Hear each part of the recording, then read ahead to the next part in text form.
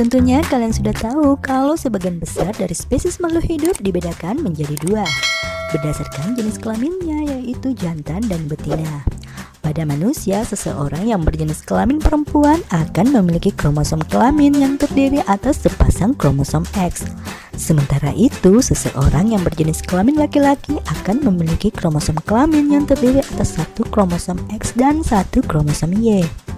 Tapi, pernah nggak sih kalian merasa penasaran kenapa ada laki-laki yang feminim? Ya, jawabannya karena mutasi genetik. Sebuah artikel yang dimuat di majalah Discover tahun 1986 mengatakan laki-laki adalah perempuan yang salah hormon. Jadi setiap mamalia awalnya perempuan, kemudian sebagian ada yang jadi laki-laki. Mutasi genetiklah yang bertanggung jawab atas perubahan aktivitas hormon yang berujung diferensiasi menjadi jantan dari yang awalnya betina. Seperti kita ketahui, mutasi adalah perubahan yang terjadi pada bahan genetik baik pada taraf tingkatan gen maupun pada tingkat kromosom. Mutasi pada gen dapat mengarah pada munculnya alel baru dan menjadi dasar munculnya variasi-variasi baru pada spesies. Sudah banyak yang tahu kalau X dan Y dikenal sebagai kromosom seks, dan kromosom inilah yang menentukan jenis kelamin mamalia. Tapi sebenarnya tidak sesederhana bahwa XY adalah laki-laki dan XX adalah perempuan. Itu memiliki alur yang rumit. Dari segi kemasannya, kromosom XY ini sangat berbeda dengan kromosom-kromosom Homo sapiens yang lain.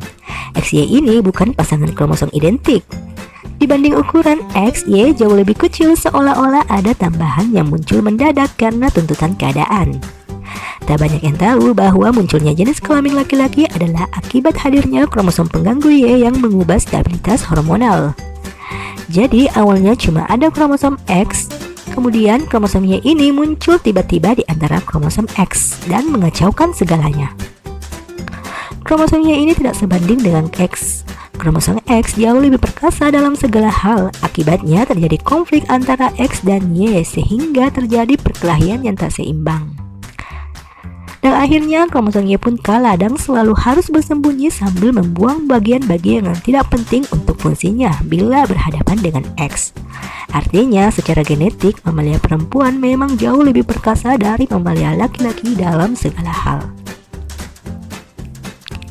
Sejarah terpojaknya kromosom Y melawan kromosom X ini tercatat secara jelas dalam buku genom setiap Homo sapiens. Di masa lampau, leluhur kita beralih dari kebiasaan reptil yang menentukan jenis kelamin berdasarkan temperatur telur ke penentuan secara genetik. Manfaat evolusionernya ini adalah supaya tiap jenis kelamin jadi bisa mulai berlatih untuk tugas khususnya masing-masing dalam pembuahan. Pada mamalia, gen penentu jenis kelamin menjadikan seseorang menjadi laki-laki. Kalau gen ini tidak hadir, maka seseorang tersebut tetap jadi perempuan. Kehadiran gen pengganggu itu segera menarik gen-gen lain yang bermanfaat bagi sifat-sifat kelelakian mendekat. Misal gen untuk otot yang lebih kekar dan suara yang lebih ngebas. Pada perempuan, gen-gen seperti gen otot kekar ini tidak diperlukan karena hanya akan buang-buang energi yang lebih baik digunakan untuk membesarkan keturunan. Gen-gen sekunder seperti ini lebih cocok dengan jenis kelamin pria dan tidak dengan jenis kelamin lain. Gen-gen sekunder kejantanan terekspresi oleh kromosom Y. Hadirnya kromosom Y inilah yang menarik gen-gen yang lebih mengekspresikan apa yang sekarang kita ketahui sebagai sifat-sifat maskulin. Nah, gangguan kromosom Y ini tidak selalu diikuti maskulinisasi dan defeminisasi yang ekstrim, sehingga hasilnya adalah kelaki-lakian yang tidak seragam. Hal ini karena tertariknya gen-gen sekunder sifat kelaki-lakian tidak selalu seragam, akibatnya sifat-sifat maskulin individu makhluk laki-laki kadarnya tidak sama. Hal ini juga yang bisa menjelaskan secara logis kenapa lebih banyak laki-laki yang feminim ketimbang perempuan yang maskulin. Dengan kata lain, laki-laki yang bersifat feminim adalah individu yang ingin kembali ke jenis kelamin asalnya, yaitu perempuan. Jadi, saintis sudah sejak lama tahu bahwa kedatangan kromosom Y dalam genom mengganggu stabilitas hormonal sehingga membuat individu menjadi laki-laki. Karena di dalam kromosom Y terdapat gen SRY. Gen ini merupakan tombol genetik pemicu jalur laki-laki dalam perkembangan embrional. Dan sejak akhir tahun 2010, gen SRY merupakan hasil evolusi akibat mutasi berkali-kali dari gen prekursor SOX3, di mana SOX3 adalah gen yang berfungsi dalam pertumbuhan sistem saraf otak.